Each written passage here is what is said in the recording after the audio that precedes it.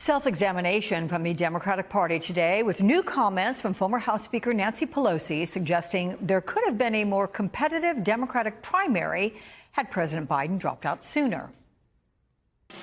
Had the president gotten out sooner, there may have been other candidates in the race.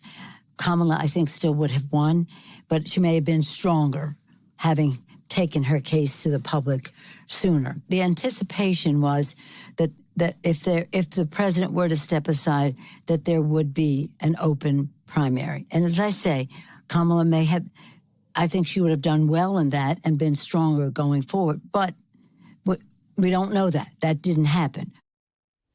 Joining me now, Megan Hayes, former special assistant to President Biden and former director of message planning at the White House. Good to see you, my friend. So there you heard Nancy Pelosi, and also senior advisor to the Harris-Walz campaign, David Plouffe, who appeared to take a swipe at the Biden campaign, posting on X after the election, "We dug out of a deep hole, but not enough, a devastating loss." And then he later deleted that account.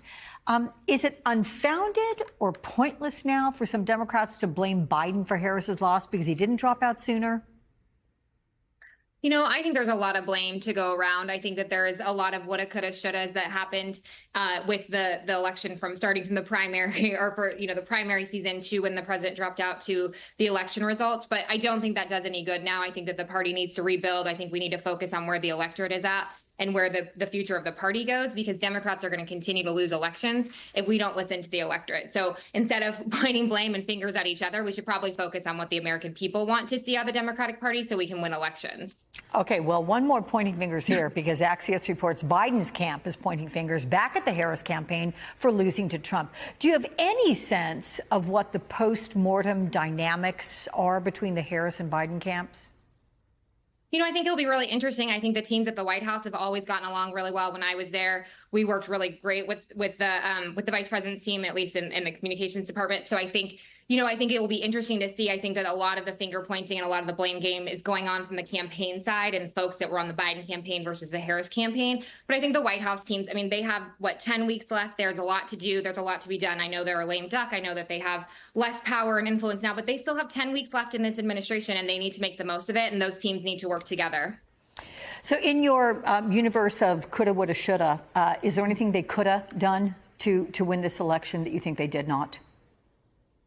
I honestly am not exactly sure. I think that the electorate gave a mandate of where they were. And I think that they didn't understand why we're sending money to Ukraine or to Israel, but we can't afford eggs and gas. And I think that we missed the mark on the messaging from the beginning. And I don't think we understood how to communicate and how to message to the middle of the country or to, everyday people who are just trying to buy groceries for their family. So I think a lot of that is a referendum on a previous administration. And then a lot of it is not being able to explain sort of some of these bigger policy ideas and why that some of these different pieces of democracy are so important.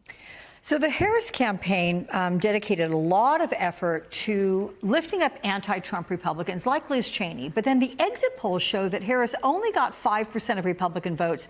It is less than the 6% Biden won, less than the 7% Clinton won when they faced Trump.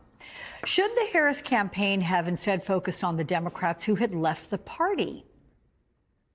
Yeah, absolutely. I think we missed the memo on where the electorate was. They cared more about an economic message than anything else. And they wanted to know how Democrats were actually going to work for them and be more of the party for the working class like we've been in the past. And I think that Democrats just really missed the mark there, and they focused on things that didn't impact the electorate. And again, people care that they can't afford groceries and can't afford, to go on vacation because they're spending so much money on housing because they can't afford to buy a house. It's just, it all comes down to kitchen table issues. And I think the Democrats just really missed the mark in understanding where the electorate was at. I just can't I can't get rid of James Carville in my ear. It's the economy, stupid, right? It there always you have is. it again. It always seems to be.